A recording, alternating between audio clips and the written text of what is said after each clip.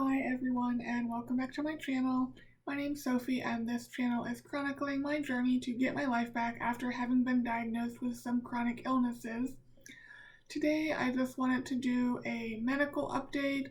I have gotten most of the results back from Cleveland Clinic and talked to doctors, so I'm going to go over what I have there and then some stuff since I've been home as well.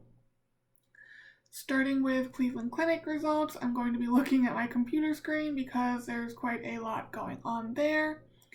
First, pulmonary function test.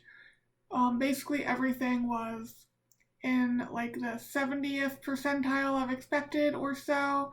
Some things were lower, some much lower. My ERV, expiratory reserve volume, was 31%.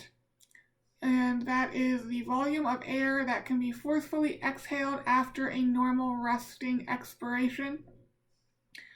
I'm assuming that's really low because of the tracheal collapse, like I just can't exhale the air, but that's something I will ask the doctor about because that's been very low every time I've had it tested.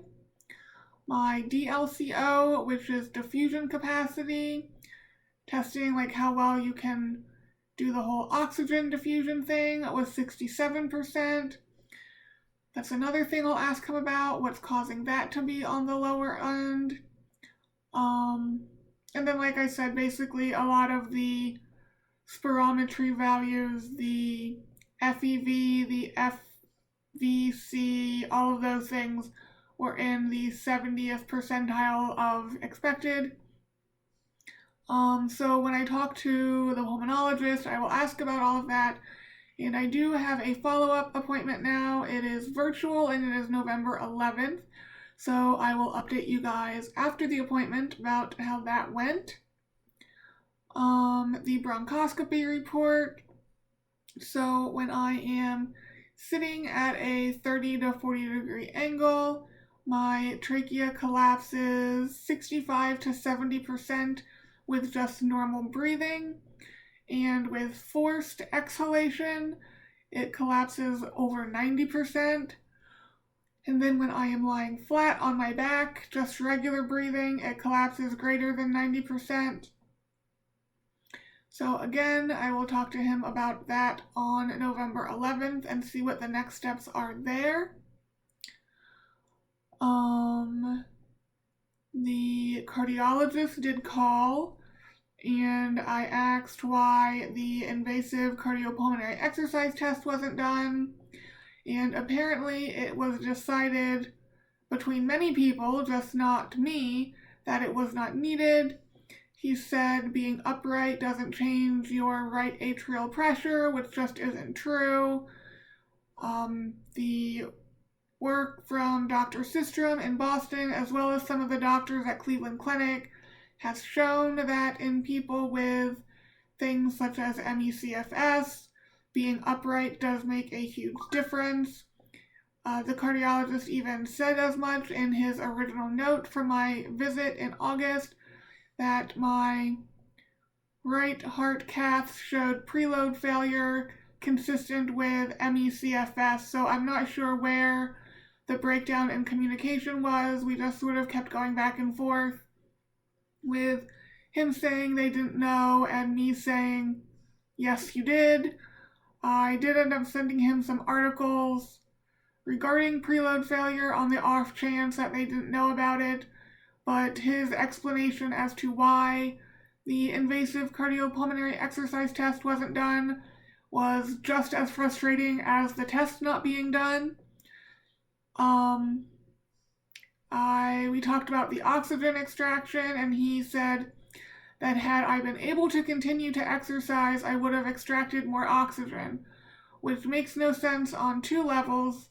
One, he doesn't know what would have happened had I continued to exercise, and two, I physically couldn't continue. My muscles were failing, I was having trouble controlling them, like that was as much as I could physically do. So again, I just don't know what to say about that. I don't know. So that was just disappointing all around. I messaged my local pulmonologist who is familiar with preload failure, and his response was kind of, well, I trust this doctor at this certain doctor at Cleveland Clinic. Did they talk to them? I'm like, I have no idea. So I'm waiting to hear back from my local pulmonologist as well as my local cardiologist to see if there are going to be any next steps here locally, or if basically they are done with me as a patient. Yeah. So quickly back to the EMG and the results there. I looked up what reduced amplitude, duration, and polyphagia could mean, and reduced amplitude is often associated with loss of axons.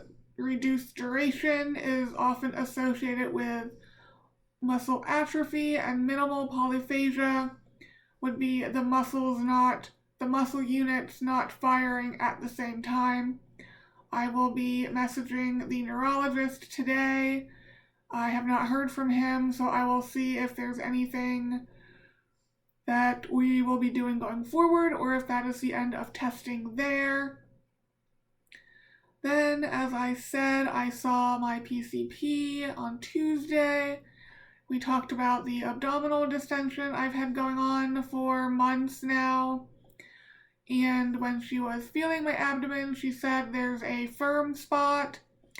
So I'm getting an abdominal ultrasound this coming Monday to see what that is about. Which I'm happy with. That's what I wanted. It's just sort of frustrating because I've been talking about this abdominal distension for months. Even I think at points last year, I was saying, like, this isn't normal, something's going on. So maybe we'll find out what's going on just in time for me to lose insurance. I still don't know what I'm going to do about that. A lot will be determined by what the pulmonologist says the next steps are going to be. Yeah, I think that'll be it for this update. It's long enough. So, still waiting to hear back from some doctors, still more testing getting done. I do have the thyroid biopsy next week as well, but I won't get those results for a couple of weeks. So, lots of medical updates to come, but until then, I am going to try to continue to wake up. I've been up for a couple hours, just not fully awake yet. And I will talk to you guys next time. Bye, guys.